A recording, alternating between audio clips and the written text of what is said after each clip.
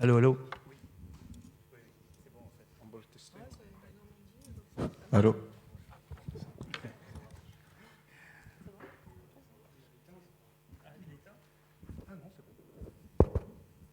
Merci. On peut y aller ? Ok. Bonsoir et bienvenue à ce Jeudi de Lima qui renoue avec le public. On est ravis de vous voir dans cette salle pour la première fois depuis plusieurs mois. Je pense qu'il y a beaucoup de monde aussi qui suit cette rencontre sur Internet, sur la page Facebook et sur la chaîne YouTube de l'Institut. Mais en tout cas, voilà, nous renouons avec le présentiel, comme on dit dans ce vilain mot, et c'est une très bonne nouvelle. Alors, ce débat est organisé comme chacune de ces rencontres avec nos partenaires, l'IREMO, le Collège de France et l'AFP. Et il a pour thème, il y a souvent des points d'interrogation dans nos rencontres, parce qu'on n'a pas les réponses. Et aujourd'hui, c'est Palestine, le jour d'après, point d'interrogation. Donc, la question, c'est qu'est-ce qu'il y a le jour d'après ? Est-ce que nous sommes vraiment le jour d'après ce qui s'est passé ? C'est très difficile de résumer et de synthétiser les événements des 4-5 dernières semaines. D'abord parce qu'il est toujours difficile dans ces engrenages conflictuels de prendre un point de départ. Parfois, ça peut nous emmener très loin. Mais je pense qu'il est assez légitime ici de partir de la situation à Jérusalem au début du Ramadan, avec un double foyer de tension. D'un côté, les mesures de sécurité prises par les Israéliens à l'entrée de la porte de Damas, celle qui conduit les Palestiniens vers l'esplanade des mosquées pendant les jours de prière en particulier, et la police israélienne ou les gardes frontières, puisque ce sont eux qui sont en charge, a voulu interdire aux jeunes de rester et a mis en place un système de barrières sur l'esplanade devant la porte de Damas. Et au même moment, il y avait cette situation qui se développait dans le quartier de Sheikh Jarrah avec la menace de confiscation de maisons de familles palestiniennes et l'attente qui faisait monter la tension d'une décision de la Cour suprême israélienne sur la légalité de ces confiscations. Et pendant cette période, il y a eu une montée d'incidents, que ce soit par des extrémistes juifs qui ont défilé avec des cris de mort aux Arabes dans les rues de la vieille ville, que ce soit ensuite sur l'esplanade des mosquées elles-mêmes. Et on est arrivé au moment où tout d'un coup, le Hamas à Gaza est entré en scène et a démarré cette guerre roquettes contre missiles et avions qu'on a tous vus pendant plusieurs jours, avec une extension supplémentaire dans ce qu'on appelle les villes mixtes d'Israël, donc les villes où cohabitent juifs et palestiniens, et dans lesquelles on a vu des incidents violents comme on n'en avait, je pense, jamais vu dans ces zones. Donc, une conflictualité généralisée qui touchait à la fois les Palestiniens de Cisjordanie, les Palestiniens de Jérusalem-Est, ceux de Gaza et ceux d'Israël. Et d'ailleurs, ça s'est conclu par une grève générale qui a mêlé, pour une très rare occasion, toutes ces composantes de la mosaïque palestinienne. Ça, c'est le déroulement des faits qu'on va essayer de comprendre et d'analyser et peut-être de voir où ça nous mène avec nos invités. Alors, je commence par ceux qui sont loin et que vous voyez sur les écrans. Donc, à votre droite, Inès Abdelrazek qui nous parle de Jérusalem. Alors, ce qui est drôle, c'est que le fond d'écran de Vincent Lemire, qui lui se trouve en Normandie, montre Jérusalem, et Inès a une fenêtre normale qui pourrait être n'importe où. Donc Inès est analyste franco-palestinienne, titulaire d'un master en affaires publiques de Sciences Po Paris, Et elle dirige le plaidoyer pour le Palestine Institute for Public Diplomacy, qui est une ONG palestinienne basée à Ramallah. Précédemment, elle a travaillé pour l'Union pour la Méditerranée, pour le Programme des Nations Unies pour l'environnement et également pour le bureau du Premier ministre palestinien à Ramallah.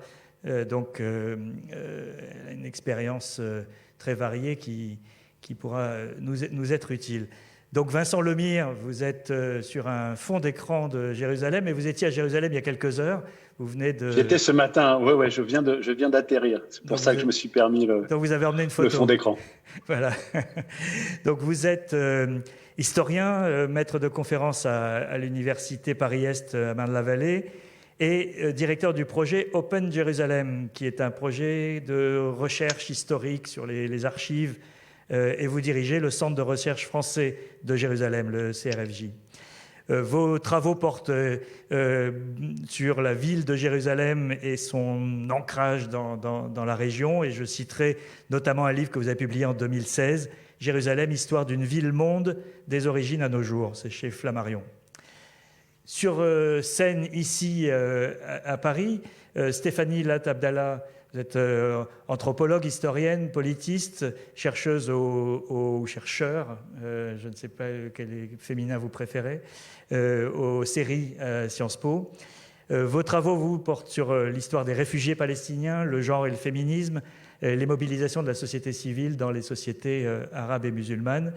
Vous avez publié plusieurs ouvrages, dont l'un qui a un titre qui va nous intéresser ce soir, Israël-Palestine, l'illusion de la séparation, qui est paru en 2017, que vous avez co-signé avec Cédric Parizeau.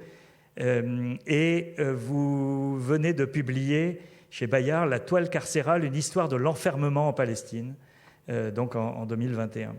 Et puis à vos côtés, Hicham Abou Sharla, doctorant en sciences politiques au CREDESPO, le Centre de recherche et d'études en droit et sciences politiques à l'Université de Bourgogne.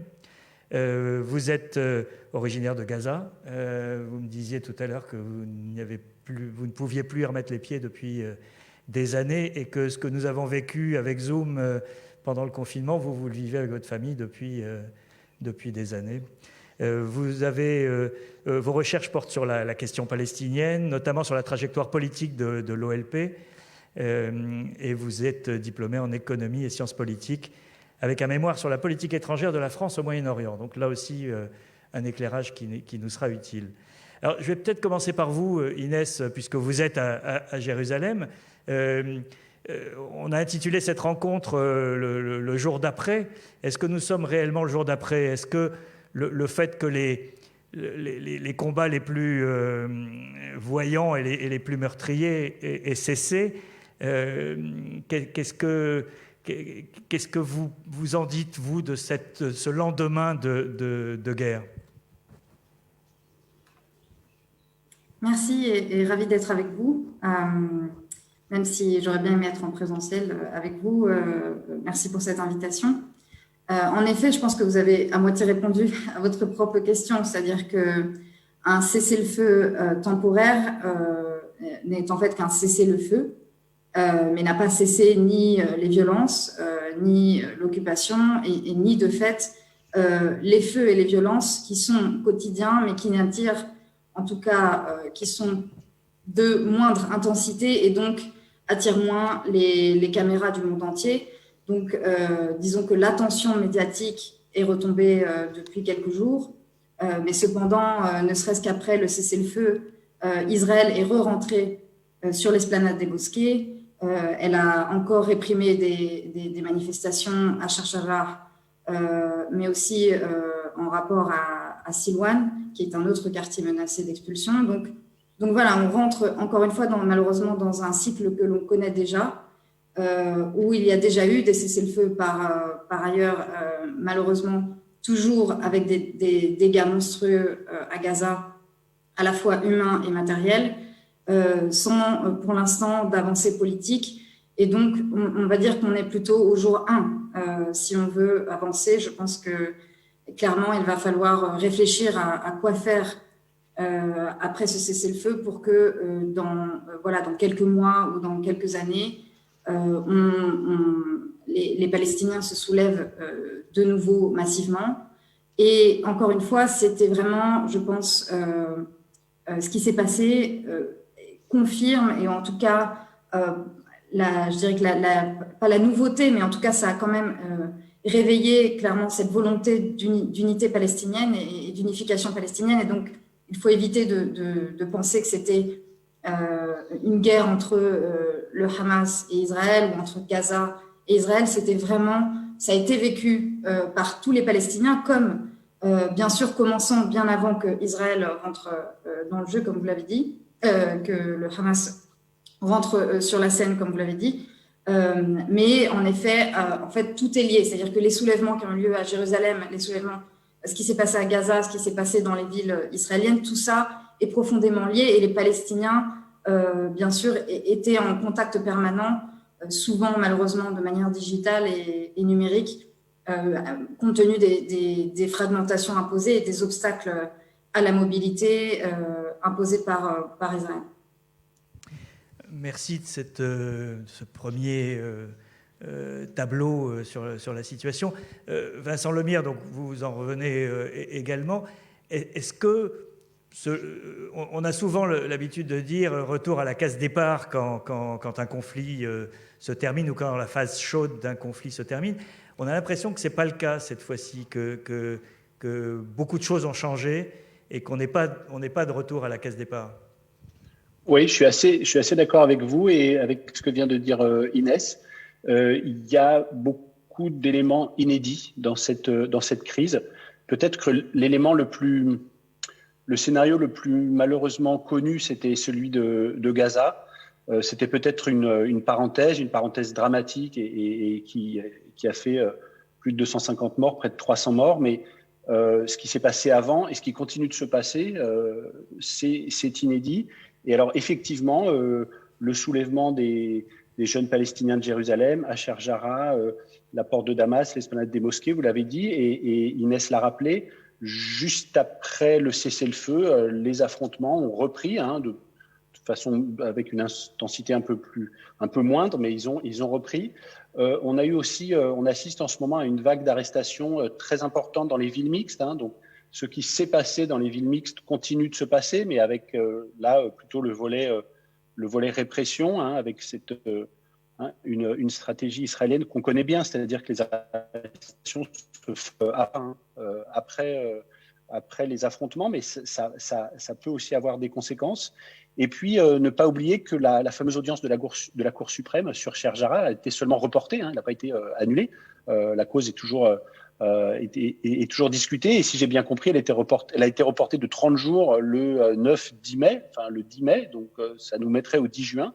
J'ai pas encore lu quelque chose qui nous confirmerait cette date du 10 juin, mais en tout cas, on peut imaginer que si elle se confirmait, elle pourrait être un nouvel horizon de mobilisation. Et puis, vous en avez parlé, la grève générale.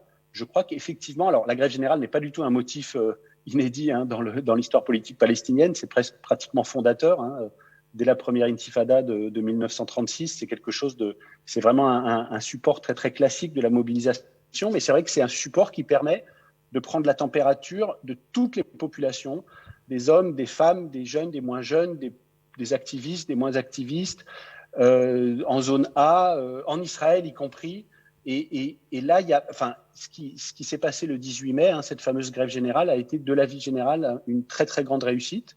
Et ça laissera des traces parce que c'est un socle de mobilisation qui pourra être réactivé dans les jours ou dans les semaines qui viennent. Merci.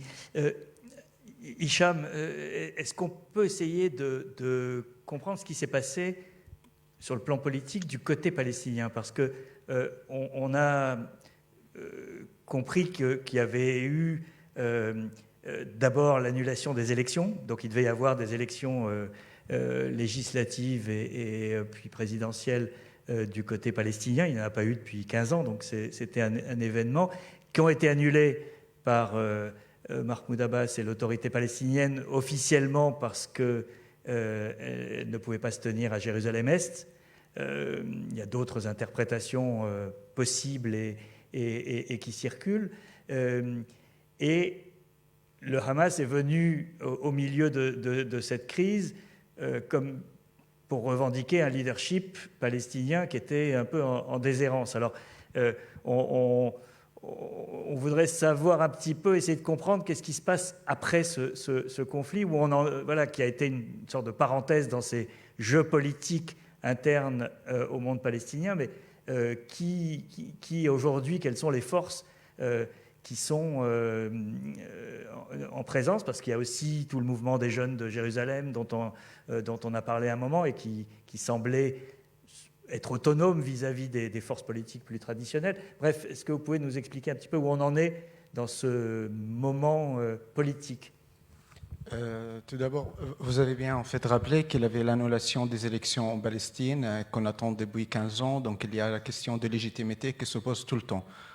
Qui est légitime pour représenter les Palestiniens? Officiellement, c'est l'Organisation de libération de Palestine qui est censée de représenter tous les Palestiniens, soit à Gaza, Cisjordanie, Jérusalem et aux diasporas. Mais la réalité, qui en fait, l'OLP aujourd'hui n'existe quasiment plus. Il est juste dans la Cisjordanie. Les organisations de l'OLP, elles sont plus existantes, si on peut dire. Il y a beaucoup de corruption, etc. Après, le problème de Hamas, ou si vous dites en fait le Hamas qui veut se poser comme un leadership, c'est pas nouveau. C'est depuis toujours. Le Hamas se considérait déjà à l'époque de première intifada, que c'était leur intifada. Donc, dans le discours officiel de Hamas, ils considèrent que c'était ou la raison ou parmi les leaderships de première intifada. Ils considèrent que l'OLP qui est venu de diaspora, parce qu'à l'époque, l'Organisation de libération de Palestine, elle était beaucoup plus attachée aux Palestiniens de diaspora, si on peut dire, au centre de la décision politique palestinienne, elle était aux diaspora, n'était pas dans les territoires occupés. Donc le Hamas, depuis toujours, il revendique qu'il faut le leadership palestinien, c'est pas quelque chose de nouveau. Et ils ont essayé aussi d'intégrer l'OLP et l'autorité palestinienne. Il avait un refus à l'époque d'Arafat, il voulait lui donner quelques sièges, mais il considère qu'il mérite plus. Avec Mahmoud Abbas, pareil, ils ont participé dans les élections en 2006. Et le problème, effectivement, à l'époque, que l'Union européenne, l'Occident, on peut dire en fait la plupart des pays arabes aussi, ils ont refusé de reconnaître les élections. Donc c'est là la crise où le Hamas se retrouve aujourd'hui, c'est à la recherche de légitimité au niveau politique. S'il n'y a pas des élections, s'ils n'arrivent pas à intégrer l'OLP, s'ils ont participé dans les élections de l'autorité palestinienne, mais ils n'étaient pas reconnus, ils ont commencé petit à petit, depuis qu'ils ont pris le pouvoir à Gaza en 2007, de chercher une certaine légitimité à la fois régionale et populaire. Le Hamas se retrouve confronté que la plupart, quand même, on peut dire 2/3 du peuple palestinien ne valident pas leur projet sociétal pour la société. Par contre, quand le Hamas résiste, c'est quelque chose qui intéresse la plupart des Palestiniens, qui est soutenu par la plupart des Palestiniens. Le Hamas il a essayé déjà en 2009 de faire une sorte de comité administratif pour gérer la bande de Gaza. Toutes les factions palestiniennes, elles ont refusé. Ils ont essayé à plusieurs reprises de créer quelque chose qui semble comme un parallèle de l'OLP, si on peut dire, dans la bande de Gaza. Mais les factions palestiniennes, elles ont refusé. Et la seule chose qu'ils ont réussi à faire, c'est le chambre commun des forces armées. À part ça, ils sont en fait confrontés à des oppositions de la part des factions palestiniennes. On avoue même après l'annonce de l'annulation des élections par Mahmoud Abbas, par perte parce que le Hamas, il savait que le Hamas qu'il avait des problèmes internes dans le Fatah. Je crois que c'était ça le principal. Il y avait 3 listes concurrentes du Fatah. Oui. Tout à fait. Donc je crois, moi personnellement, que c'était ça la raison derrière. Mais toutes les factions palestiniennes et les forces, elles étaient contre l'annulation, et pourtant que le Hamas a appelé pour manifester, de faire ensemble, toutes les factions sont refusées. Le Hamas il a fait sa manifestation toute seule. Donc le Hamas il comprend aujourd'hui que leur seul moyen d'obtenir une certaine légitimité, c'est le combat armé, c'est la résistance, surtout qui, de l'autre côté, si on peut dire au niveau de l'autorité palestinienne, il y a un vide politique. Il n'y a aucune dynamique, on peut dire c'est très vieux, il n'y a pas de dynamique au sein de Fatah ou au sein de l'autorité palestinienne, et le projet politique qui représente l'autorité palestinienne, il est dans un impasse total depuis 11-12 ans, ça c'est totalement clair. Merci. Alors pour terminer ce petit premier panorama de la situation, Stéphanie, qu'est-ce qui vous a marqué, qu'est-ce qui vous a semblé nouveau dans cette période et dans cette période de conflit et d'affrontement? Oui, alors nouveau, en fait, je ne sais pas, comme l'ont dit mes collègues, on se rend compte qu'il y a des phénomènes de fond qu'on voit là maintenant éclairés plus visiblement, mais qui sont existants. Et moi, ce qui m'a marqué, en effet, cette revendication du Hamas et de leadership est ancienne, mais ce qui m'a marqué, c'est plutôt la manière dont les politiques, et le Hamas notamment, courent finalement derrière les mobilisations de la société civile. Et moi, j'inverserais un peu la problématique en disant que si on remonte à l'origine des événements, on se rend bien compte qu'on est parti sur des mobilisations type sit-in, occupation de lieux, iftar devant les maisons qui devaient être expulsées à Sherjara. Donc on est parti sur des mobilisations de société civile, la résistance qui a lieu sur l'esplanade des mosquées depuis déjà de longues années, c'est des formes d'occupation, de présence en fait. La mobilisation qui a précédé au niveau de la porte de Damas, c'était aussi des mobilisations de la société civile. Alors on parle beaucoup de jeunesse, mais je pense que ça excède même la jeunesse. C'est une société civile beaucoup plus large. Et si on regarde d'ailleurs la question des jeunes, on voit que finalement il y a une désaffection très très forte vis-à-vis des partis politiques, quels qu'ils soient.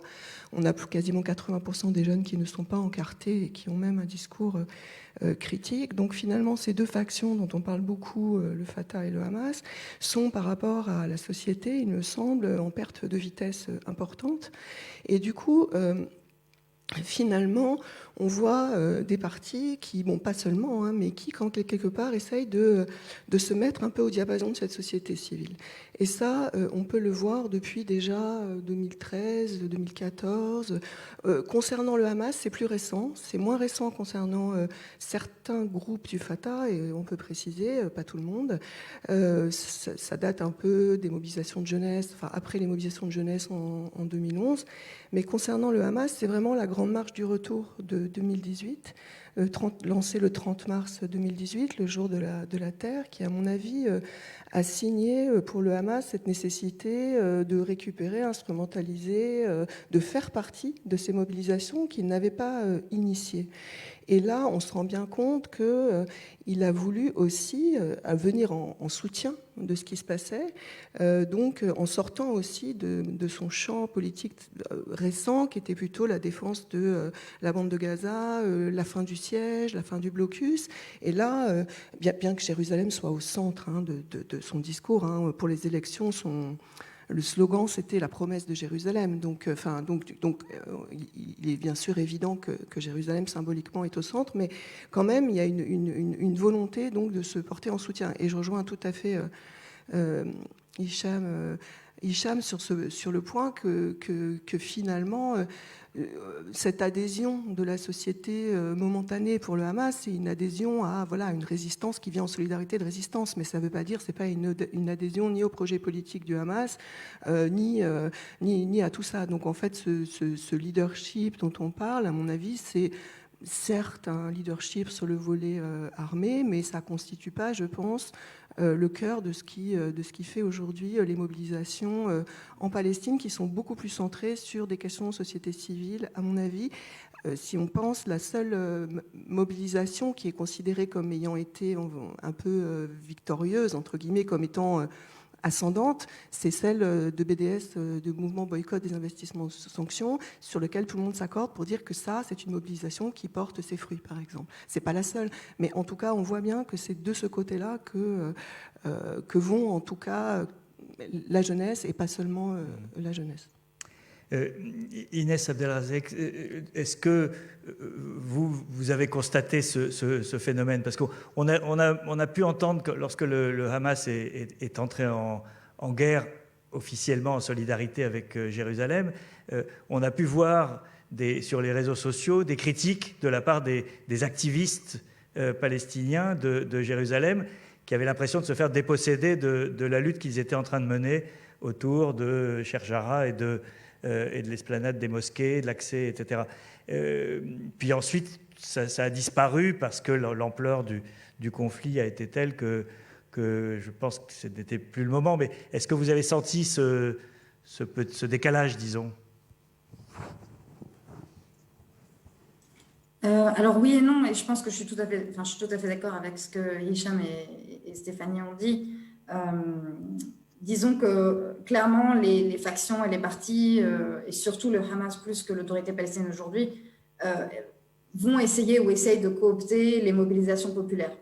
Et d'ailleurs, toutes les factions qui monopolisent, on va dire, le pouvoir finalement, à la fois le pouvoir sécuritaire et financier, parce que quand même le Hamas et le Fatah dominent la scène politique, même si clairement, comme ils l'ont dit, ils n'ont absolument aucune légitimité. Donc, cette volonté de coopter les mobilisations populaires et de toujours appeler d'ailleurs à la mobilisation populaire, à résister contre l'occupation de manière populaire, etc. Et avec cette volonté de récupération. Et donc oui, il y a eu bien sûr je pense, cette réaction de beaucoup de gens qui sont sortis dans la rue, de sentir que c'était une récupération. Cependant, encore une fois, comme l'a dit Hicham, la plupart des Palestiniens, il y a pratiquement un vrai consensus sur le fait que l'entrée d'une résistance armée de cette vague armée et a le soutien de la population et quelque part valide l'idée que le seul langage que comprend Israël et qui fait réagir Israël et le monde entier, c'est la violence, une violence de haute intensité. Et ça a validé cette idée. Et donc les Palestiniens, à la fois, ont continué les mobilisations populaires, c'est-à-dire que encore une fois, dans les villes comme Lyd, Yafa, à Jérusalem ou à Ramallah, on a vu la mobilisation populaire continuer. Et je pense que la grève générale, d'ailleurs, tous les groupes ont fait très attention à ne pas être cooptés ou récupérés par les factions. Donc la grève générale a fonctionné grâce aussi à l'organisation de la base et de différents groupes plus ou moins connectés ou coordonnés. Et donc aujourd'hui, en effet, on n'a pas vraiment de réponse à savoir est-ce que le Hamas va pouvoir capitaliser politiquement sur ce qui est vu comme une victoire, comme un renforcement et aussi comme une sortie de Gaza. C'est-à-dire que là, le Hamas s'est positionné sur ce qui est un combat unifié des Palestiniens et est rentré dans cette arène. Et donc la sortie un peu de son enclavement gazaoui, pas géographiquement, mais en tout cas politiquement et je pense socialement. Donc on verra ce qui va se passer, mais clairement, voilà, il y a le vrai vide politique est existant. Comment va capitaliser le Hamas dessus? On n'a pas vraiment encore de réponse, mais pour l'instant, ils adoptent un discours vraiment sur l'unification du combat, l'unité de tous les Palestiniens. Et bien sûr, ce qui joue aussi, c'est l'absence totale de l'autorité palestinienne et du Fatah. C'est-à-dire que, pour le coup, même lorsqu'il y avait des manifestations à Ramallah ou pour la grève générale, ils étaient toujours très hésitants parce qu'ils savent tellement l'opposition à laquelle ils font face qu'ils ont plus tendance à vouloir verrouiller. Et donc, ils ont dit à la fois, oui, vous pouvez manifester en soutien à Jérusalem, mais c'est tout. Voilà. Et donc, avec toujours cette peur bleue qu'il y ait une opposition vraiment massive au leadership actuel en Cisjordanie qui se soulève. Et donc, leur réaction est plutôt, en général, d'être prudent et de jouer sur les deux tableaux. Et d'ailleurs, de continuer la coordination sécuritaire avec Israël, qui a continué à arrêter, qui est venu tuer un Palestinien dans le camp de Ramallah, le camp de Al-Amari, il y a quelques jours. Donc voilà, cette coordination sécuritaire avec Israël continue et les gens ne sont pas dupes. Donc clairement, il y a le ridicule, on va dire, vraiment le ridicule duquel qu'a présenté l'autorité palestinienne pendant toute cette période donne aussi bien sûr une fenêtre au Hamas. Merci. Vincent Lemire, comment vous, de votre point de vue, vous voyez l'évolution de cette question du leadership palestinien ou tout simplement de l'incarnation aussi politique, puisque on voit par exemple cette négociation qui a lieu aujourd'hui, je crois, ou demain au Caire, où la partie palestinienne est représentée par l'autorité palestinienne. et évidemment pas par le Hamas, auquel les Américains ou les Israéliens ne parlent pas. Et donc, on a cette dichotomie et cette incapacité à avoir une incarnation palestinienne reconnue. Oui, vous avez entièrement raison, mais c'est peut-être tout est dans tout. C'est peut-être sur cette incapacité, sur cette absence d'incarnation et sur cette crise complète du leadership politique que se construit, que se fabrique cette prise de conscience et cette prise de responsabilité et cette prise en charge de la mobilisation politique par la société civile. Les deux vont de pair. Et je pense que là, dans la discussion, on arrive vraiment au cœur du sujet, parce que vous avez... en fait, il y a deux interrogations. La première, c'est le lien entre militarisation et lutte politique. Et ça, c'est une question lancinante pour le mouvement de libération nationale palestinien, mais en fait pour tous les mouvements de libération nationale. C'est dès les années 30, la première intifada, qui commence par une grève générale et qui finit par une grande insurrection militaire. Ensuite, celle qu'on appelle parfois dans les médias la première intifada de 1987, qui est plutôt, on va dire, une très grosse mobilisation populaire de la société civile. La deuxième intifada, qui, comme on le sait, est très clairement une militarisation. Et puis, une militarisation qui se finit par une défaite, pour le coup, par une défaite militaire ou quasi militaire. Et puis, peut-être qu'on est dans une troisième intifada. Moi, je réponds souvent qu'on est en fait dans la troisième intifada, avec des formes plus ponctuelles, plus éclatées. Et dans cette troisième intifada en cours, la question n'est plus, à mon avis, la question du lien entre militarisation et lutte politique, mais la question à l'intérieur des luttes politiques entre, effectivement, comme l'a dit Stéphanie Latabdallah, entre société civile et cadres politiques qui sont complètement en crise et complètement affaissés, comme on l'a tous dit. Et effectivement, ce qui est inédit en ce moment dans la séquence, mais pas seulement dans la séquence, c'est le fait que les moments de violence et de mobilisation sont déclenchés par les sociétés civiles, avec des motifs très différents. Stéphanie a rappelé effectivement la marche du retour à Gaza au printemps 2018. C'était quelque chose de massif. Un an avant, la crise des portiques, en juillet 2017, à Jérusalem, et avec des motifs très très proches de ce qu'on est en train de vivre en ce moment, la défense des espaces publics, une mobilisation dans laquelle non seulement les cadres politiques, mais y compris les responsables religieux de l'esplanade des mosquées. Vous vous souvenez, cette crise des portiques, c'était pas les barrières métalliques à la porte de Damas, c'était après une attaque d'un policier israélien. Netanyahou en avait profité pour installer des portiques de sécurité tout autour de l'esplanade, et ses propres services de sécurité lui indiquaient qu'on ne pouvait pas faire passer plus de 5000 personnes par heure dans ces portiques, ce qui était manifestement trop peu, alors qu'on a jusqu'à parfois 80 000 ou 100 000 personnes sur l'esplanade. Et les Palestiniens de Jérusalem avaient choisi donc de ne plus entrer sur l'esplanade pour le coup. Alors c'était un peu le mouvement inverse de ce qu'on a vécu cette fois-ci. C'était pas on se barricade à l'intérieur de l'esplanade, c'était on refuse de rentrer et on organise les prières pour le coup dans tous les espaces publics restants à l'extérieur de ces portiques, donc dans les rues, et créant des situations sécuritaires absolument ingérables. Et au bout de quelques semaines de mobilisation, alors c'était en juillet, ça a été un petit peu moins médiatisé, et ça a été aussi, et puis il y a eu moins de morts, sinon aucun mort. Mais finalement, les services de sécurité israéliens ont démonté ces portiques sous les cris de joie des jeunes Palestiniens. Pour le coup, c'était des jeunes, c'était 3-4 heures du matin, et ils étaient encore très très nombreux dans la rue. Donc, c'est vrai qu'on a retrouvé dans cette séquence ces mêmes formes de mobilisation très originales, très maîtrisées, avec une articulation des mobilisations médiatiques, des réseaux sociaux, effectivement, Stéphanie l'a dit, des points fixes et des présences dans l'espace public, mais avec effectivement des iftars de rue, etc. Enfin, des choses qui ne ressemble pas ni à la dite première intifada de 1987, encore moins à la deuxième intifada. Et c'est ça, à mon avis, qui est intéressant.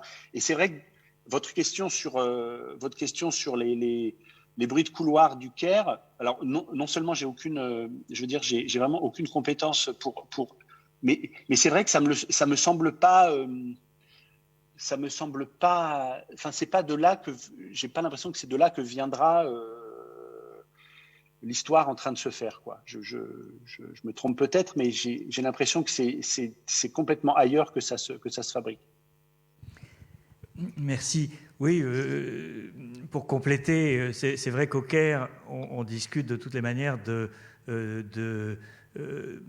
l'organisation du cessez-le-feu et pas d'une structuration plus pérenne ou d'une solution politique.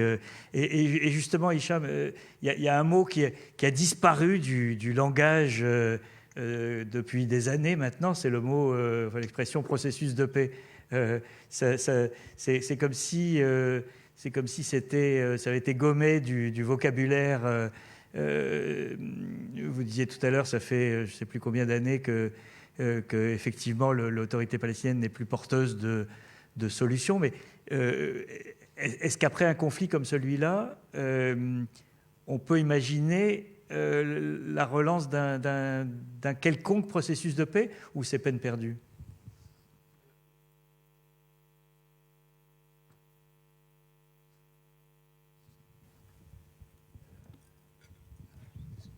Oui. En fait, le processus de paix, déjà, c'était en termes qui devait avoir, pour les accords d'Oslo, devait avoir un État palestinien le 13 mai 1999. Chaque Palestinien se rappelle très bien de cette date-là, sauf qu'il n'a jamais eu un État palestinien. Après, il avait le deuxième intifada et Israël a décidé de prendre des mesures unilatérales concernant la construction de murs de séparation avec la Cisjordanie, pour dire ça c'est à nous, ça c'est à vous, mais on verra ensemble. Et ils sont aussi se retirés de la bande de Gaza en 2005. Mais Israël, qu'est-ce qu'elle veut? C'est de garder les clés. Donc depuis 2000, Israël ne parle plus de la paix. En fait, ce n'est pas seulement qu'il faut rapprocher aux Palestiniens. Israël ne parle que de la sécurité. Et c'est qu'est-ce qu'elle vaut, c'est aujourd'hui tout ce qu'elle discute avec l'autorité palestinienne, c'est la question de la sécurité. Elle ne discute plus politique. Pourtant, Mahmoud Abbas, c'était le préféré, si on peut dire, d'Israël et d'Occident. Et au moment qu'ils ont refusé de parler avec Arafat en 2012, ils ont imposé à Arafat Mahmoud Abbas comme un premier ministre. Sharon, il a rencontré Mahmoud Abbas pendant que Arafat était assiégé à Ramallah. Et en 2005, quand Israël se retirait de la bande de Gaza, Mahmoud Abbas, il était fraîchement au lot à l'époque. Et malgré ça, Israël ne voulait pas discuter avec l'autorité palestinienne et Mahmoud Abbas, ni mettre ça, à l'époque, le dossier de retraite de Gaza, dans le feuille de route de George Bush en 2003. Parce qu'Israël, il trouve qu'il n'y a plus de pression internationale. Donc, dans la logique Israël, il y a aussi beaucoup de changements qui s'est passé. C'est chaque gouvernement qui arrive, en fait, c'est un gouvernement plus extrême à droite que l'autre. Et il y a des changements. Et aujourd'hui, il croit que la pensée dominante, si je peux dire, en fait, dans le gouvernement israélien, qu'ils peuvent arriver à la sécurité, à la paix, sans céder des territoires. Il y a eu aussi le rétablissement des relations diplomatiques avec un certain nombre de pays arabes qui a accentué cette idée ou cette illusion ou cette impression que la question palestinienne n'était plus urgente. Oui, tout à fait, en fait. Mais ça vient, en fait, dans tout ce qui s'était passé à l'époque de l'administration de Trump. Si on a parlé tout à l'heure des marches de retour dans la bande de Gaza, en fait, les marches de retour dans la bande de Gaza, ils étaient décidées en décembre 2016. Après que Trump il a décidé de placer l'ambassade à Jérusalem. Et la plupart des gens qui sont en fait organisés, c'est important de le rappeler, la plupart des gens qui étaient à l'initiative de cette marche de retour, c'était des gens qui proposaient ça contre l'incapacité et l'immobilité des factions palestiniennes. C'est vrai que le Hamas il a donné l'accord. L'accord de Hamas, rien ne peut se passer à Gaza, le contrôle Gaza totalement de 2007. Mais au début, c'était ça. Et les factions palestiniennes, elles prenaient ça, oui, c'est la jeunesse de Facebook, on verra qu'est-ce que vous allez faire. Avant, effectivement, à la fin de l'été 2018, où les factions palestiniennes se mobilisaient tous, pas seulement le Hamas, mais aussi le Fatah à Gaza et tous les groupes de gauche, pour contrôler et orienter ces manifestations-là. Mais si on regarde de 30 mars jusqu'à fin août, c'était vraiment des gens qui refusaient en fait les factions palestiniennes, qui n'ont plus confiance en fait dans ces factions. Et c'est pour ça qu'aujourd'hui, au fait, qu'on les en vous tout à fait, qui même des régimes arabes aujourd'hui, ils normalisent avec Israël, et ça change rien au niveau des factions palestiniennes, pourtant qui sont là pour la libération de la Palestine ou pour la résistance, c'est qu'est-ce qu'ils portent leur nom tous. Et la jeunesse palestinienne se mobilise, soit à Jérusalem, soit à Gaza, dans des formes différentes. Et ça dépend en fait où il existe le poids de l'existence de ces forces politiques. Par exemple, dans la bande de Gaza, aujourd'hui encore, les factions palestiniennes, elles existent. Ils travaillent. Le Hamas, il donne une marge pour ces factions depuis 2007. Ce n'est pas le cas en Cisjordanie, où toute opposition à l'autorité palestinienne, elle est totalement écartée, même au sein de Fatah même. On sait très bien que le Fatah aujourd'hui, ce n'est pas un seul groupe. Donc, quand il faut parler de la paix, Mahmoud Abbas, il est là. Début 2005, c'est Israël qui refuse de parler avec Mahmoud Abbas. Et il espère en fait avoir des discussions politiques, mais il appelle tout le temps à une conférence internationale de paix. Mais ni la communauté internationale trouve en lui quelqu'un légitime ou capable à mener ça, ni Israël n'a aucun intérêt d'aller vers un processus de paix, surtout qu'ils ont la sécurité, la coordination ou la collaboration sécuritaire, selon le terme qu'on utilise en Palestine. Il existe toujours. Donc, il faut remettre les bases.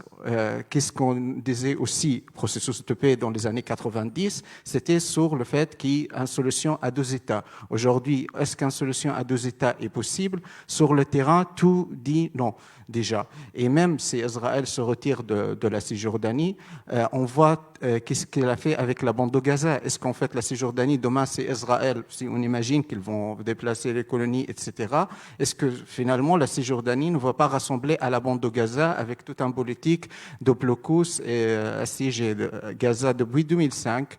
C'est de cessez-le-feu, trêve, guerre, cessez-le-feu, trêve, guerre. Ça se passe comme ça parce qu'Israël, il a décidé de garder les clés. Il ne voulait pas discuter avec l'autorité palestinienne. Il ne voulait pas discuter même avec l'Égypte à l'époque. Ils ont dit, ça nous concerne, nous. C'est un plan politique israélien et nous, on se retire de la bande de Gaza pour garder les clés et continuer à faire dans la bande de Gaza qu'est-ce qu'ils font depuis 2005 sans aucune réaction internationale.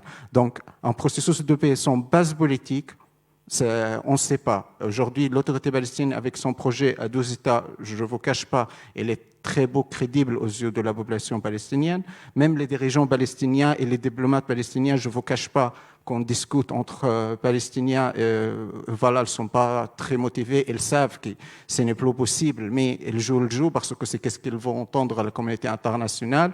Le Fatah, il est dans une crise, ça revient surtout le mouvement national palestinien, et le Hamas, de l'autre côté, n'a pas un projet politique. Il faut rappeler ça aussi. Le Hamas n'a pas proposé encore quelque chose de politique. Tout ce qu'ils disent, le Hamas, qu'ils acceptent un État palestinien sur les frontières de 67, mais ils ne veulent pas reconnaître Israël, etc., etc. Mais ils n'ont pas proposé quelque chose. Donc aussi, pour faire un processus, il faut qu'il y aura déjà un projet politique clair et crédible aux yeux de la population palestinienne et avoir un partenaire de l'autre côté. Et on est très loin d'avoir ces deux conditions-là en ce moment.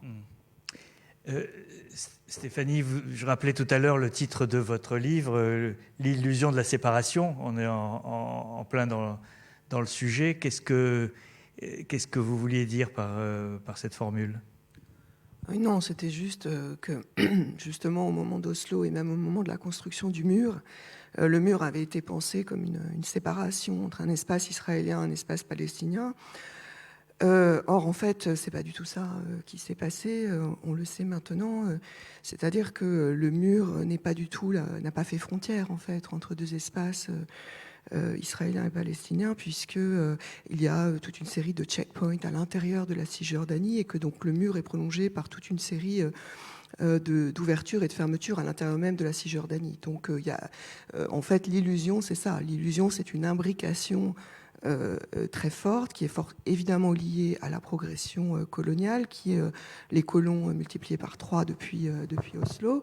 Donc cette progression coloniale a créé ce que certains ont nommé des cellules territoriales, autour des villages, des villes, avec des processus d'ouverture et de fermeture selon la situation politique et sécuritaire, et une imbrication très forte, et du coup le développement de ce que j'ai nommé par ailleurs une forme de relationnalité coloniale, c'est-à-dire, les relations coloniales, ce sont des relations qui sont imbriquées, c'est pas du tout deux espaces distincts, et c'est bien toute la différence d'ailleurs aujourd'hui entre la Cisjordanie et la bande de Gaza. Puisque Gaza, malgré tout, sous blocus, etc., mais depuis que les colons en sont partis en 2005, a une certaine unité territoriale, a aussi du coup les moyens d'organiser des formes de résistance armée, etc., qui n'existent pas du tout en Cisjordanie, d'autant que, comme vous l'avez bien mentionné, l'autorité palestinienne, donc il y a une forme de sous-traitance de l'occupation au niveau de l'autorité palestinienne qu'on peut voir à beaucoup de niveaux, et du coup il y a même un bicarcéralisme, on peut dire, parce que il y a une sorte, par exemple, quand vous êtes arrêté par Israël, ensuite juste derrière, quand vous rentrez, vous êtes arrêté par l'autorité palestinienne, et pas par une seule personne, vous êtes arrêté par plusieurs services de renseignement, pour faire une sorte de débriefing de ce qui s'est passé. Il y a une sorte de connexion entre ces deux systèmes sécuritaires et carcéraux qui posent évidemment question sur une quelconque souveraineté, continuité territoriale. Moi, je peux parler même de pulvérisation territoriale en Cisjordanie. Mais effectivement, la nouveauté, je trouve, de ce qui se passe en ce moment, et la bonne nouvelle quelque part, c'est cette réunification territoriale par-delà la fragmentation et la pulvérisation entre justement les Palestiniens d'Israël, les Palestiniens dits de 48, ceux de la bande de Gaza, ceux de Cisjordanie, à travers ces mobilisations. Et alors certes, les Palestiniens d'Israël se sont mobilisés, c'est pas nouveau, le jour de la terre vient d'eux, en 1976. Lors de la seconde intifada en 2000, ils se sont aussi mobilisés, il y a eu des manifestations et des morts, d'ailleurs côté palestinien-Israël, mais là, on voit quand même un mouvement d'une ampleur tout différent.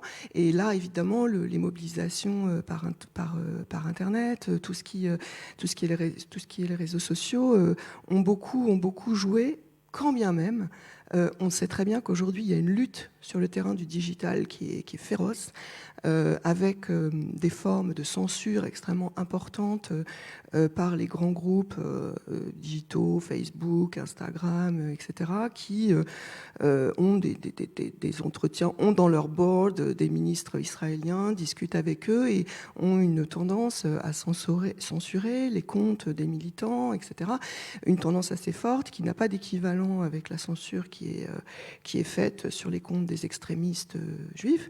Donc en fait, il y a à la fois ce potentiel militant par le digital et en même temps une vraie question en fait sur ces mobilisations, puisqu'elles sont fortement réprimées ces derniers temps.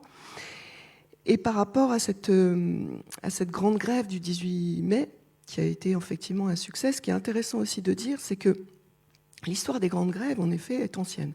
Elle revient... et quand on pense à la première intifada, il y avait des grandes grèves en Cisjordanie. Mais ces derniers temps, il y avait aussi des grèves en Cisjordanie. Sauf que, on avait un mode d'action, mais qui quelque part, ne faisait pas vraiment sens, parce que quand il y avait un problème, les Palestiniens de Cisjordanie faisaient grève, mais faisaient grève contre qui ? On n'était plus dans une occupation coloniale précédente, totale. Et donc, du coup, faire grève, ça voulait dire plus d'écoles, plus de circulation, etc., qui gênait l'occupant. Mais là, ces grèves-là, elles ne gênaient plus l'occupant. Je veux dire, quand les gens fermaient leurs portes, bien, c'était eux qui fermaient leurs portes. Les Israéliens n'étaient pas du tout impactés. Alors que là, une grève qui est par-delà la ligne verte, et donc qui concerne aussi les Palestiniens d'Israël, elle a un impact beaucoup plus fort, parce que les Palestiniens d'Israël aujourd'hui, c'est 20% de la population, c'est une grande proportion de médecins, d'infirmiers. Hospitaliers, oui, on en a voilà, beaucoup de parlé services pendant le hospitaliers. Covid. Donc en plein Covid, on imagine que bon, voilà. Donc en fait, ce sont des gens qui ont une place dans la société israélienne, une classe moyenne, et qui donc, du coup, ça a un impact extrêmement fort, cette grève qui était partagée par-delà les frontières. Et d'ailleurs, cette intifada qui dit son nom, qui ne dit pas son nom, à chaque fois qu'il y a des soulèvements, on se demande si c'est une troisième intifada ou pas. En tout cas, les noms que moi j'ai vus circuler, c'était l'intifada de l'unité. Et bon, ça c'est quelque chose, voilà, c'est quelque chose qui est affirmé, qui est posé et qui est plutôt aussi nouveau, en tout cas dans cette affirmation telle qu'on la voit aujourd'hui. Merci. Inès, Hicham disait tout à l'heure que les responsables palestiniens ou les diplomates palestiniens, même en privé, ne se faisaient pas d'illusions sur la capacité de la solution à deux États, mais qu'on maintenait le rituel, puisque c'est celui que veut la communauté internationale. Anthony Blinken, le secrétaire d'État américain, l'a encore répété hier, que la solution à deux États était l'objectif, etc. Si personne n'y croit, à quoi la société palestinienne? Qu'est-ce qu'elle envisage comme solution? Parce qu'on a l'impression que l'État unique n'est pas plus possible que les deux États, ou en tout cas pas sous les formes actuelles. Donc, comment sortir de cette impasse? Alors, déjà, je pense que ce qui est en train de changer très clairement, je pense que le moment international par rapport à ce qui se passe est aussi différent des années 80 ou 90, ou même du début des années 2000. Déjà, c'est comment reconnaître la réalité telle qu'elle est. Et aujourd'hui, je pense que tant la communauté internationale et les diplomates que l'autorité palestinienne qui tiennent à bout de bras cette idée d'un processus de paix et de négociation lié à une solution à deux États, hein, je ne détache pas les deux, est complètement déconnecté de la réalité. Et je pense que justement tous les soulèvements, cette unité et le fait que, comme l'ont rappelé mes collègues, finalement cette ligne verte n'a pas beaucoup de sens et que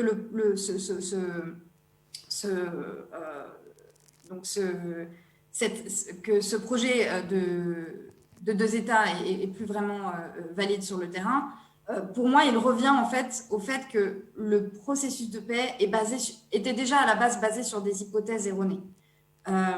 Puisque le processus de paix se basait sur deux choses. L'une, donc il y a deux parties en présence et que donc on peut faire la paix entre deux parties donc qui auraient simplement des intérêts divergents, que ce serait donc un conflit entre voilà, deux entités hein, qui devraient simplement se mettre autour de la table pour discuter et s'accorder, mais aussi était basé sur l'idée que Israël avait adhéré même à l'idée de la solution à deux États. Israël n'a jamais adhéré à la solution à deux États, n'a jamais signé un document qui reconnaissait un État palestinien, ou en tout cas un futur État palestinien.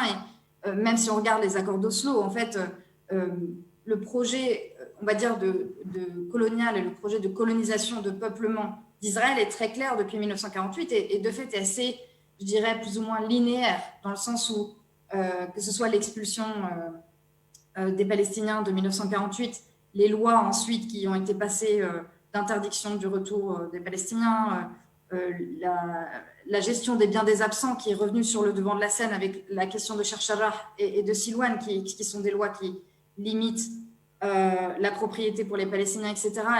Et ensuite, derrière, donc, toute la colonisation de la Cisjordanie et ce morcellement et cette fragmentation ont un même objectif, c'est-à-dire le maximum de territoire avec le minimum de Palestiniens. Et on va dire que l'enclavement de Gaza et le retrait de Gaza faisaient partie de ce plan, on va dire, d'annexion. Et donc, je pense qu'aujourd'hui, on est vraiment dans cette réalité où il y a un régime. Il y a un régime israélien qui contrôle de fait tout le territoire, à la fois Israël et les territoires occupés, que ce soit les frontières, la mer, donc tout ce qui est frontières terrestres, mobilité des gens, registre des populations, voilà, droit de toutes les populations, avec des régimes différents justement comme l'a dit Stéphanie, qui ont délibérément explosé, fragmenté les Palestiniens pour éviter tout soulèvement ou toute revendication, on va dire, nationale.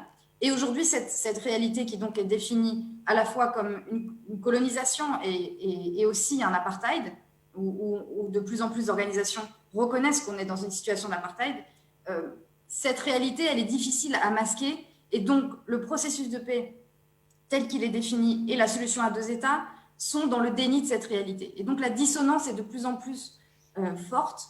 Et je pense que la communauté internationale s'en rend bien compte, l'autorité palestinienne aussi.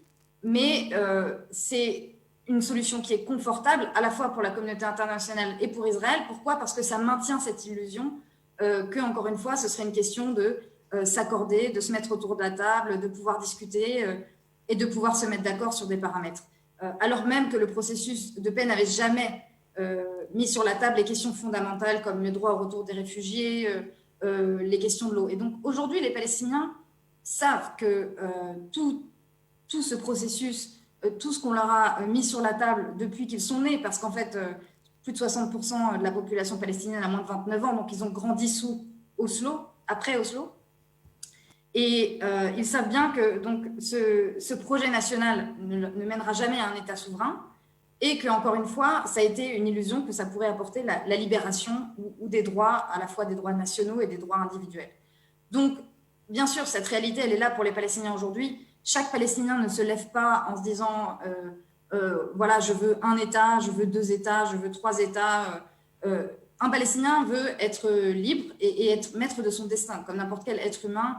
L'idée est de pouvoir choisir avec qui on peut se marier, pouvoir aller à l'université sans passer par un checkpoint et un mur, pouvoir avoir un job sans être exploité ou être obligé de ne pas parler l'arabe parce qu'il faut mieux parler l'hébreu sur son lieu de travail, etc. etc.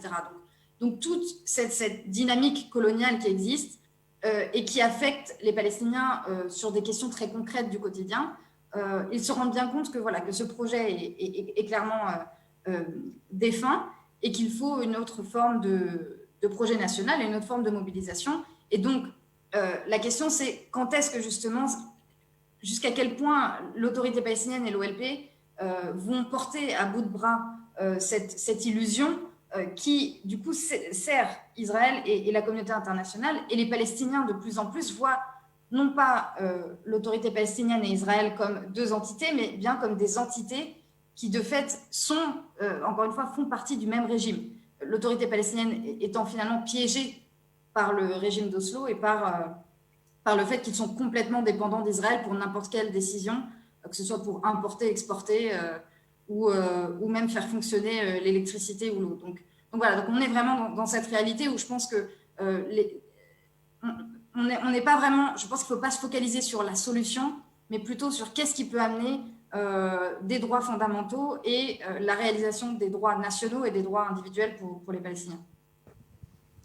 Vincent Lemire, Inès a employé le mot d'apartheid, qui est le mot qui fait débat tout le temps. Et Jean-Yves Le Drian, il y a quelques jours, s'est fait quelques ennemis dans le gouvernement israélien, puisqu'il a employé ce mot. Il a dit dans une émission de radio qu'il y avait un risque d'apartheid s'il n'y avait pas les 2 États. Netanyahou était furieux. Il y a eu des réactions très... L'ambassadeur de France a été convoqué. Enfin, ça a provoqué des tensions. Mais est-ce qu'il peut y avoir une solution d'un seul État sans en passer par ce que représente l'apartheid, c'est-à-dire une séparation ordonnée et forcée des... Est-ce qu'il y a moyen d'échapper à ce piège ?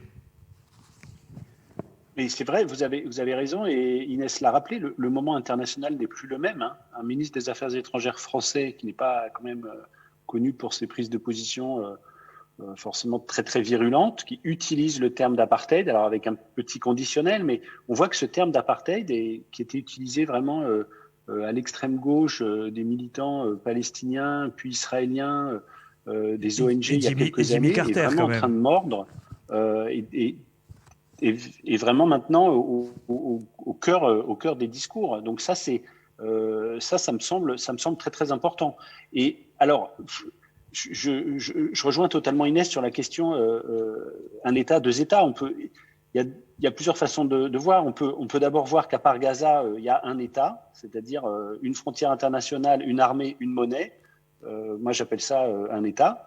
Et dans cet État, avec des habitants qui n'ont absolument pas les mêmes droits et de très très loin. Et donc, oui, des situations au minimum discriminatoires, voire des situations d'apartheid. Et donc, c'est ce que décrivait Stéphanie Lattabdallah, c'est-à-dire à la fois ce processus de fragmentation, de pulvérisation qui, de façon un peu paradoxale, mais peut-être pas finalement, en fin de processus, peut donner lieu à des formes de réunion ou de réunification, en tout cas des horizons et des horizons politiques. À force de fragmenter et de pulvériser, finalement, il y a un agrégat d'individus qui luttent pour leurs droits, comme l'a dit Inès.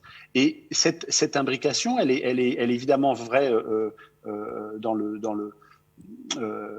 en Cisjordanie et en zone A. Hein, c'est ce fameux archipel de la zone A.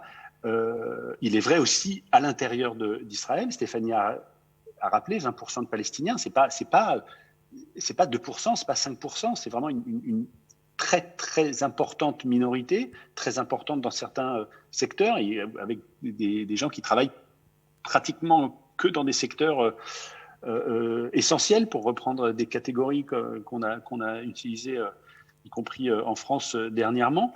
Et puis si on reboucle après une heure de conversation, si on reboucle sur Jérusalem, c'est pas 20% de Palestiniens à Jérusalem, c'est 40%. Donc là, c'est encore plus important. 40% des habitants de Jérusalem, de la municipalité de Jérusalem, sont palestiniens. Ils ne représentaient qu'un quart de la population après la guerre des 6 jours. 350 000 Palestiniens. Et effectivement, ces Palestiniens de Jérusalem, ils sont dans une situation extra singulière parce qu'ils ne sont ni palestiniens, comme à Gaza ou en zone A, ils ne sont ni israéliens, comme en Israël. Ils ne sont, pour la plupart, ils sont même plus jordaniens. Ils ont encore, pour certains d'entre eux, un passeport jordanien, mais qui peut ne leur servir qu'éventuellement pour prendre l'avion à Amman. Ils sont de Jérusalem. Il y a quelque chose, moi, que je suis en train ils sont des Palestiniens de Jérusalem. Et seulement de Jérusalem. Alors, pas seulement de Jérusalem, parce qu'ils sont déplacés, ils viennent d'Hébron, etc. Et ils ont des cousins à Gaza et partout. Mais eux, en tout cas, leur lieu de vie et de combat, leur seul horizon possible, c'est Jérusalem. Et donc, ils se battent pour leurs droits à Jérusalem, ils se battent pour leurs espaces publics, ils se battent pour leur quotidien, ils se battent pour pouvoir se réunir sur les marches de la porte de Damas pendant le Ramadan, ils se battent pour pouvoir prier ou se retrouver ou se reposer sereinement sur l'esplanade des mosquées, parce qu'il faut dire que à Jérusalem-Est, il y a très peu d'espace public, et on a une population palestinienne qui a été multipliée en 100 ans, avec pratiquement pas de permis de construire et pratiquement pas d'urbanisme. Seulement 10% du budget de la municipalité de Jérusalem est consacré aux 40% des habitants palestiniens.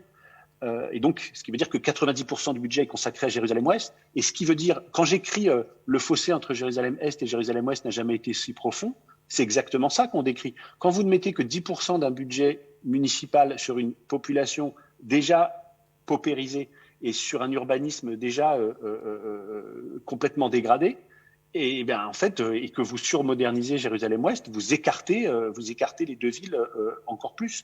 Donc, ces Palestiniens de Jérusalem, leurs combats en même temps sont très emblématiques des combats collectifs palestiniens, voilà, parce que c'est des combats pour les droits, c'est des combats pour l'égalité des droits, c'est des combats pour les libertés individuelles et collectives, quotidiennes.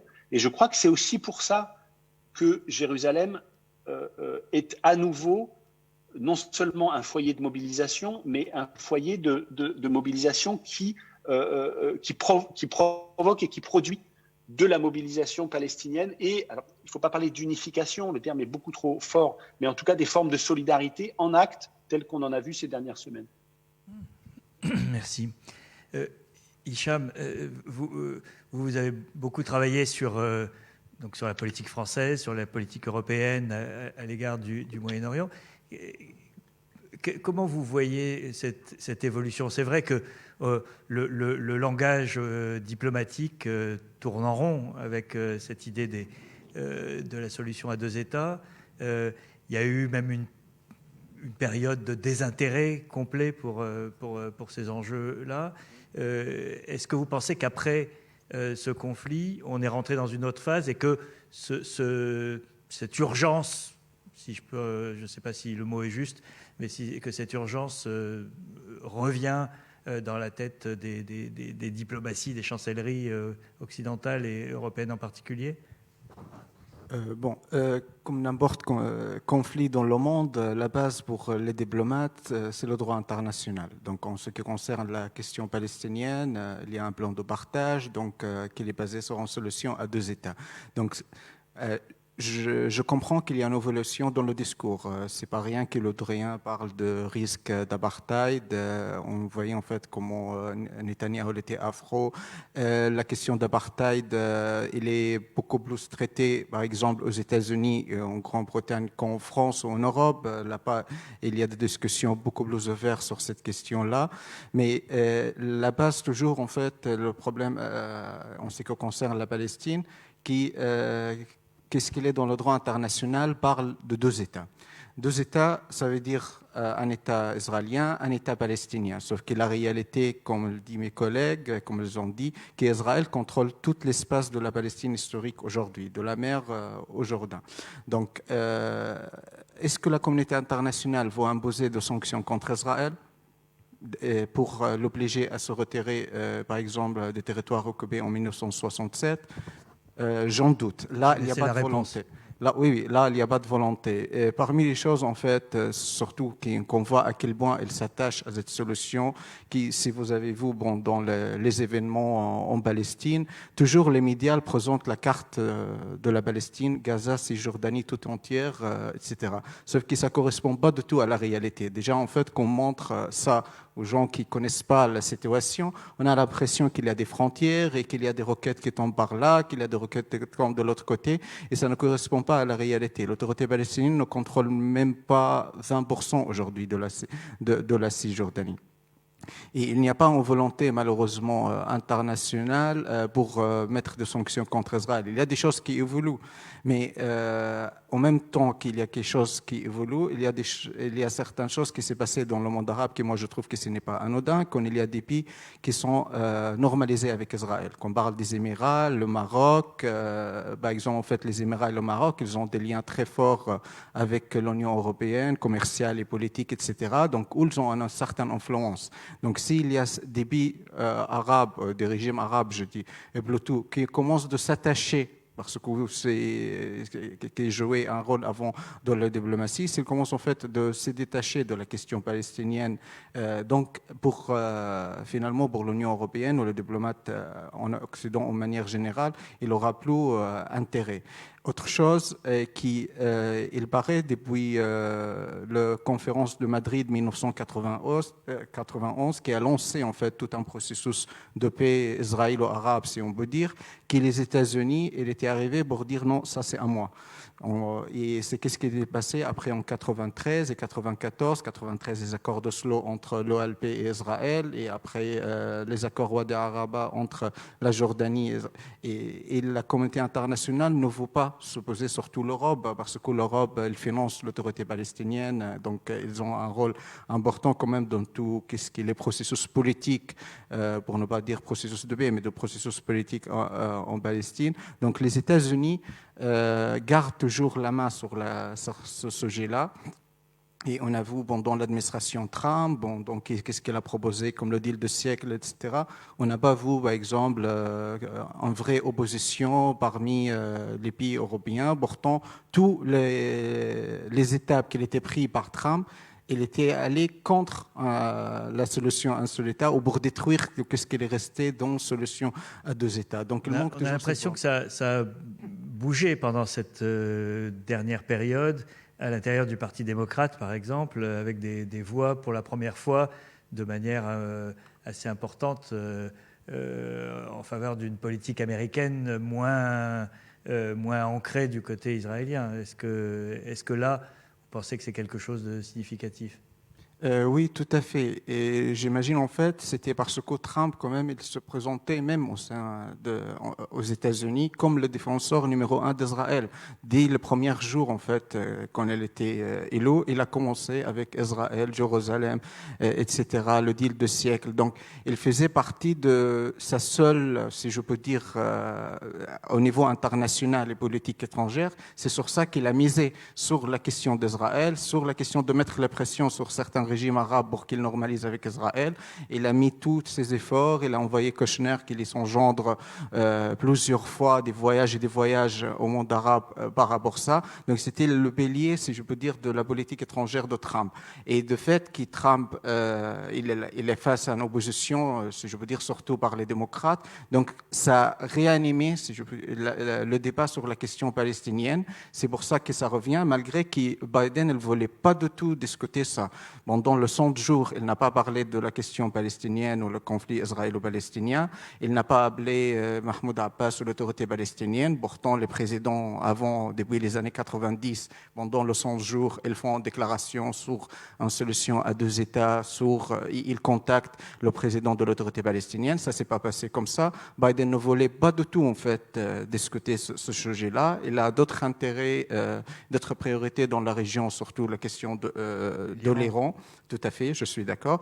Mais les événements, en fait, ils s'est imposé. Donc, peut-être il y a l'autorité palestinienne, je veux dire, elle avait une chance parce que finalement, Blinken qui se déplaçait à Ramallah, il a reçu finalement ce coup de fil qui attendait Mahmoud Abbas depuis un moment. Donc, mais la réalité des choses aussi, je termine sur ça, on avait l'impression aussi comme si les États-Unis a délégué ce dossier, surtout ce qui concerne la bande de Gaza, à l'Égypte. Donc l'Égypte, depuis le début, qu'il était là, il a mobilisé le ministère des Affaires étrangères, bien sûr les services de renseignement, le ministère de la Santé, et même dans le petit mot qui a donné Biden à la fin, à l'annonce de cessez-le-feu, il a remercié Sisi 3 fois. Donc on a l'impression qu'ils sont là derrière, qu'ils ne veulent pas se mêler directement, mais qu'ils essayaient d'être là en loin avec un certain équilibre régional.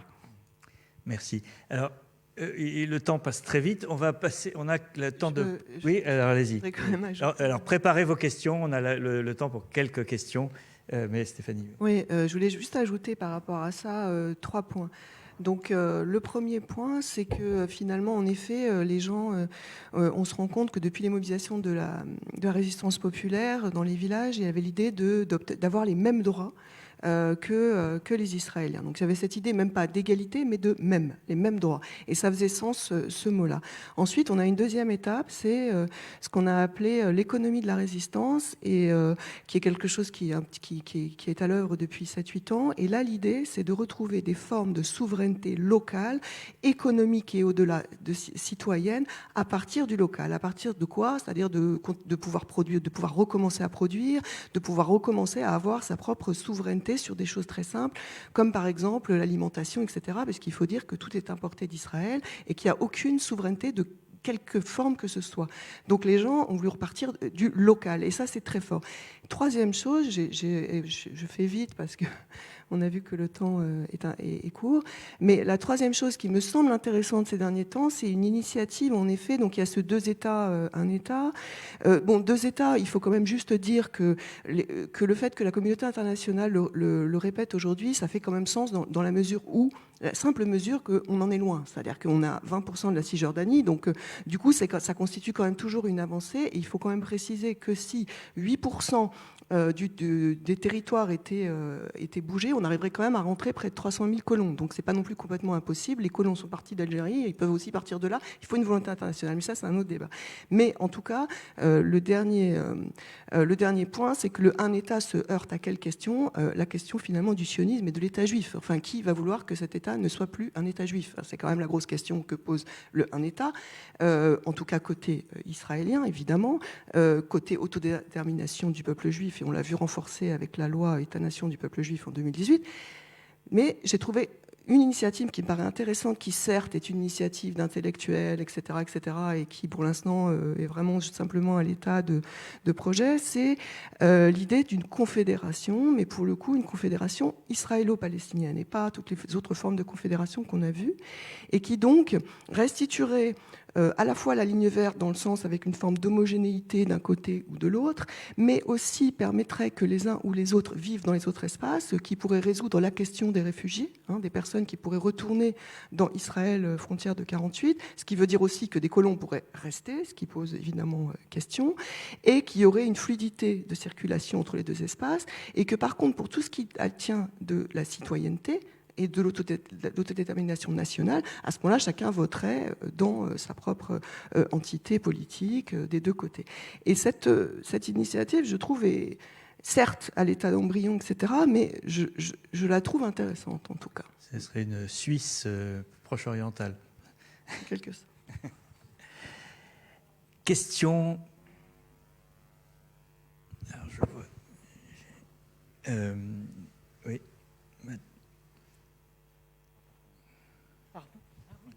D'accord, pardon, je ne toucherai pas. Bonsoir. Je vais juste vous dire que je repars encore déprimée comme je l'étais avant de venir. J'espère que de meilleurs jours pour la Palestine apparaîtront. Mais je comprends que donc il y a déjà un terrible problème entre les Palestiniens, qui sert bien sûr Israël. Israël est fort contente que ça aille très mal entre Mahmoud Abbas et les autres factions, Hamas, etc. Et je veux bien qu'on fasse passer le Hamas pour les terroristes. Il faut bien, pour tuer le loup, pour tuer l'agneau, on va dire que c'est un loup. Bien, mais aujourd'hui, vous qui êtes en Palestine, et je m'adresse à Inès et à Hicham, est-ce que vous pensez qu'en Israël, il y aurait des Israéliens pacifistes qui accepteraient de pousser le gouvernement à donner aux Palestiniens ce qu'ils méritent d'avoir, c'est-à-dire leurs terres, et qui demanderait à ces colons de rendre les terres qu'ils ont colonisées aux Palestiniens. Est-ce que vous pensez qu'il y a une force qui existe en Israël? Merci. Inès? Alors, merci. Alors, il ne faut pas être déprimé. Justement, je pense que les dernières semaines, pour le coup, pour les Palestiniens, alors c'est un peu difficile pour les gens à Gaza, vraiment, parce qu'ils ont traumatisme sur traumatisme. Mais les gens sont vraiment déterminés et pour le coup, il y a vraiment un réveil. Je pense que les gens veulent vraiment se mobiliser. Donc, il faut continuer à se mobiliser aussi avec les Palestiniens de la diaspora et avec la solidarité. C'est très important. Et donc, non, je pense que la réponse est non. La société israélienne est de plus en plus à droite, et donc les Israéliens votent pour leurs représentants et votent pour des représentants de plus en plus nationalistes, ethno-nationalistes, racistes, ouvertement racistes. Les campagnes sont ouvertement racistes. Donc, on va dire que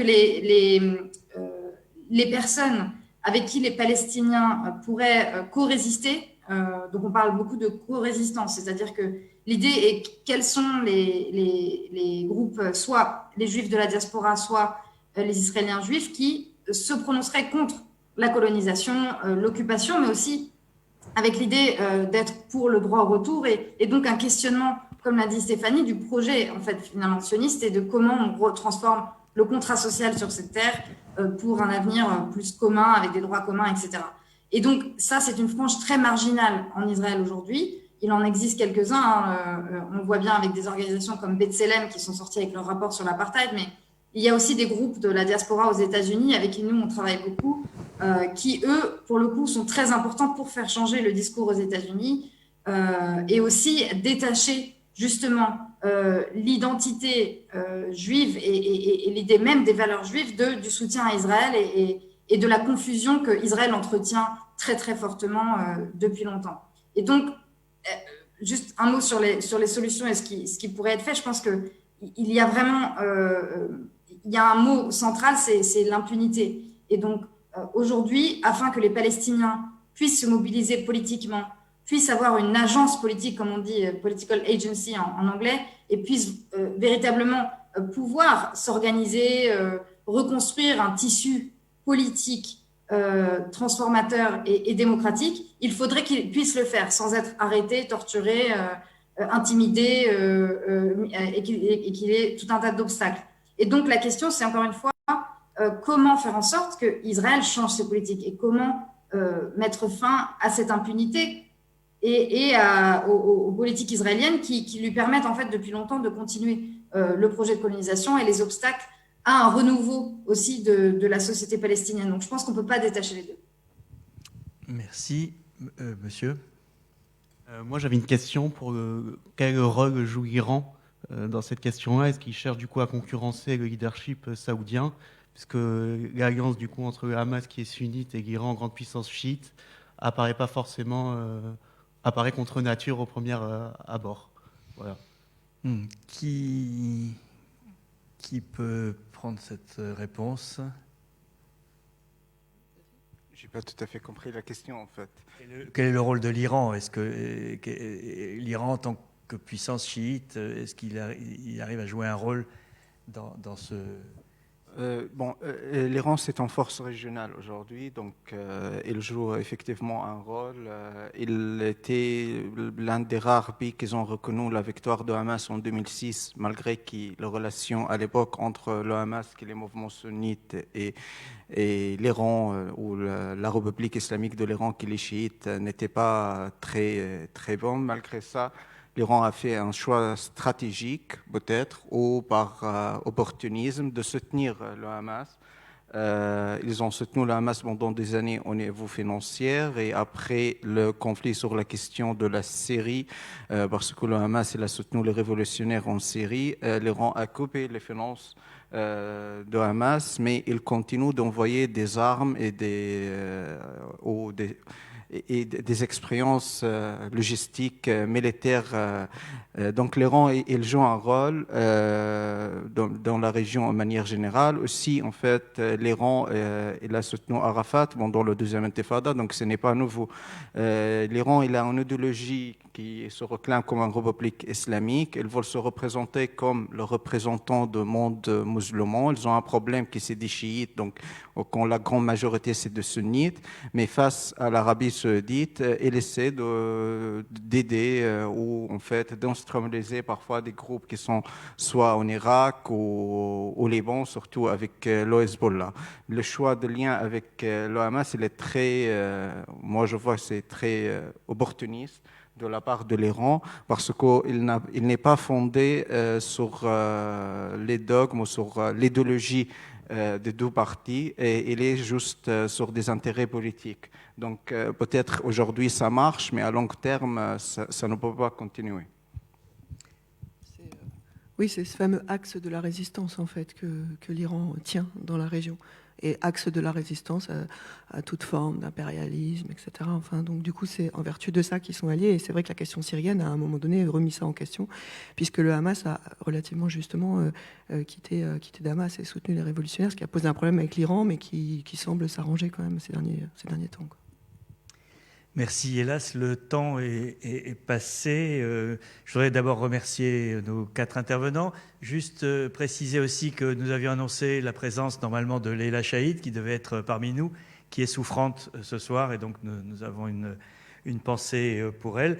Je rappelle que ce débat était en liaison avec l'IREMO, le Collège de France et l'AFP, partenaires de ces jeudis, et le dernier de la saison, le prochain rendez-vous de l'actualité aura lieu le 24 juin, donc jeudi, le dernier jeudi du mois de juin, sur les violences d'État dans les révolutions arabes. Merci à tous.